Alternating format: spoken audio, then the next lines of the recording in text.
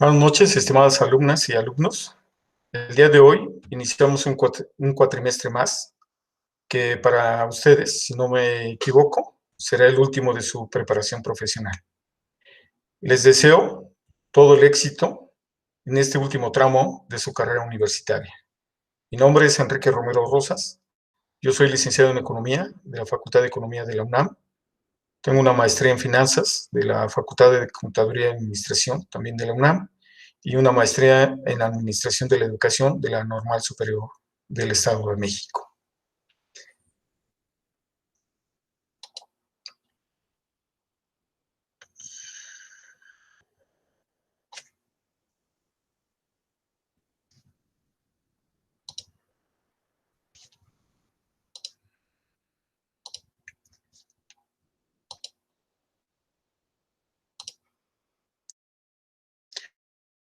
El día de hoy, como les comentaba, vamos a iniciar nuestras clases.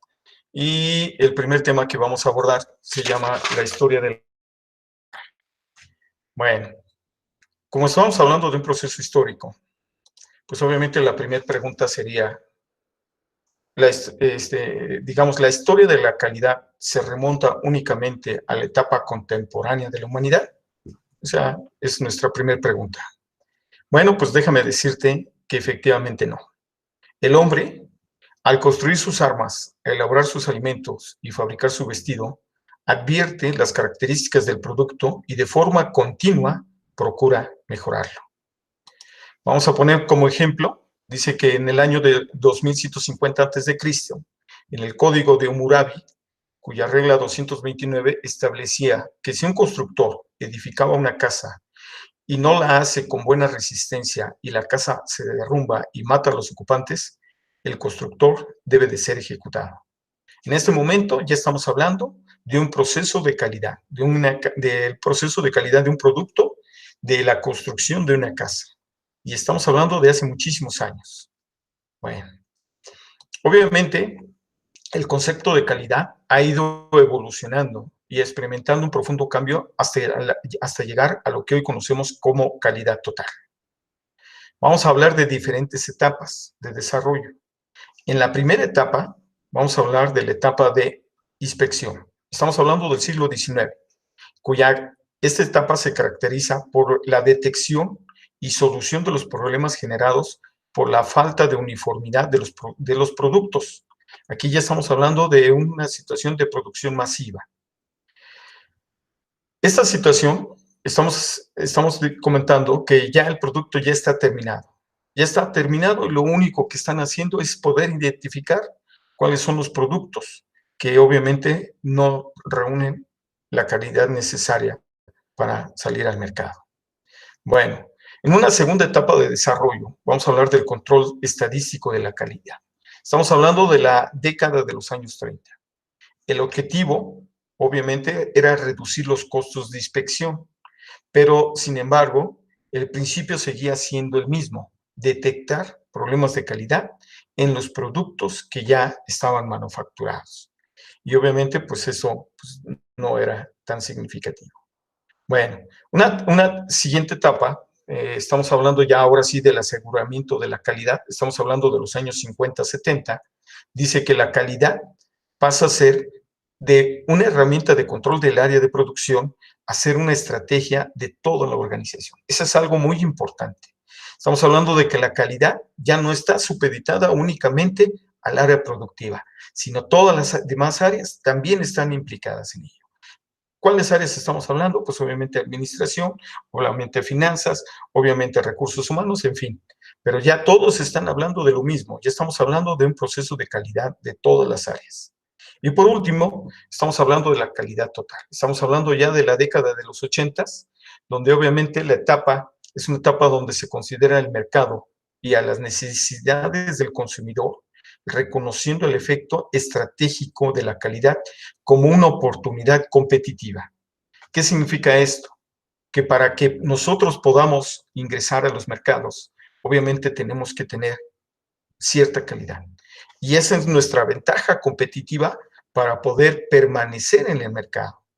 Bueno, pero ¿qué es calidad total? sería la pregunta. Bueno, puede definirse como una estrategia de gestión de la organización que tiene como objetivo satisfacer de una manera equilibrada las necesidades y expectativas de todos sus grupos de interés. ¿Quiénes conforman este grupo de interés? Pues obviamente los clientes, como primer punto, como primer grupo de interés, los accionistas, los empleados, los proveedores y la sociedad en general. Esos son todos los que conforman al grupo de interés en la calidad total. Bueno, cuando estamos hablando de la calidad total, pues obviamente estamos hablando de muchísimos, digamos, representantes que a final de cuentas hicieron sus aportaciones para llegar a todo lo que nosotros hoy conocemos. Sin embargo, por situaciones de tiempo, nosotros simplemente vamos a hablar de los más significativos, desde mi punto de vista. Bueno, vamos a empezar primero por Frederick Wilson Taylor, que obviamente está dentro de la primera etapa del control de la calidad, que es por inspección del siglo XIX. Taylor fue promotor de la Organización Científica del Trabajo, considerado el padre de la administración científica, que obviamente ustedes ya lo conocen muy bien. También vamos a considerar en esta etapa a Henry Fayol, quien desarrolló lo que se consideró los 14 principios fundamentales de cómo los mandos intermedios y la dirección se debían organizar, interactuar con los trabajadores y tomar decisiones, porque no se sabía cómo se podía interactuar entre el trabajador y obviamente los directivos. En una segunda etapa, el control estadístico del proceso, estamos hablando de la década de los años 30, estamos considerando a Walter Sherman como uno de los principales representantes que introduce el denominado control estadístico de los procesos, entendiendo a la calidad como un problema de variación que podría ser controlado y prevenido. Bueno, ya en la tercera etapa vamos a hablar de un aseguramiento de la calidad. Estamos hablando de los años 50, 70, y como uno de los principales representantes vamos a considerar a Joseph Juran, que justifica económicamente la necesidad de implementar procesos de mejora y coordinación de todas las áreas de la empresa a través de la idea de los costos de la no calidad. Esta situación de los costos de la no calidad, yo quisiera comentarles que hay un libro muy bueno, excelente, que yo se lo recomiendo, que se llama Calidad sin lágrimas. Y esto efectivamente viene correlacionado con lo que él nos comentaba, ¿no? Los costos de la no calidad. A final de cuentas, los costos de la no calidad son más altos que los costos de implementar procesos de calidad. Bueno, también en esta etapa, en esta tercera etapa, vamos a hablar de Bill Crosby, que obviamente él nos habla del principio de hacerlo correctamente a la primera vez. Y esto que considera que es mucho menos caro prevenir errores que retrabajar, desperdiciar o dar servicio de reparación. Eso definitivamente. Bueno, ya en una tercera etapa vamos a hablar que uno de los grandes, que es William Edward Deming. Él nos habla de que en cada proceso puede generarse dos tipos de variaciones: las variaciones comunes y las variaciones especiales. ¿Cuáles son las variaciones comunes? Estas son las que permanentemente se presentan en cualquier proceso, que pueden predecirse y por lo tanto controlarse.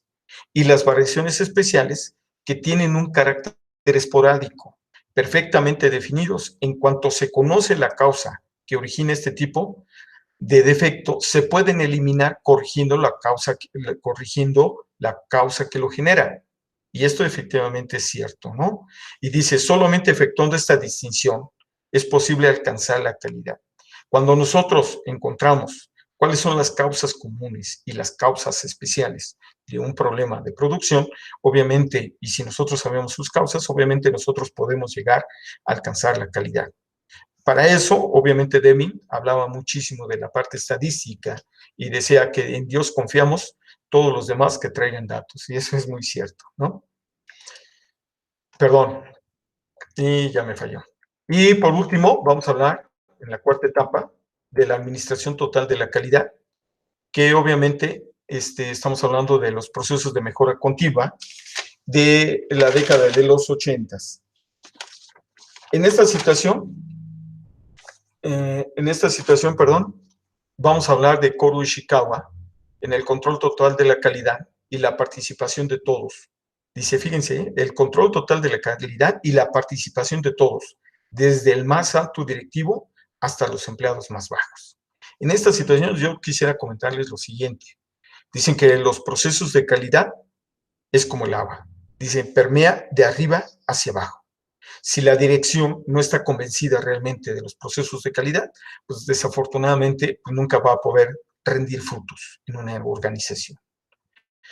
Una de también de las aportaciones más importantes de Ishikawa era, obviamente, aparte de su diagrama, era la situación de que él comentaba, de que la calidad empieza con la educación y termina con la educación.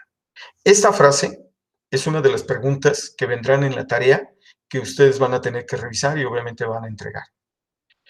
Por el momento lo vamos a dejar hasta aquí. Yo les agradezco su atención y pues me da gusto estar con ustedes. Muchísimas gracias.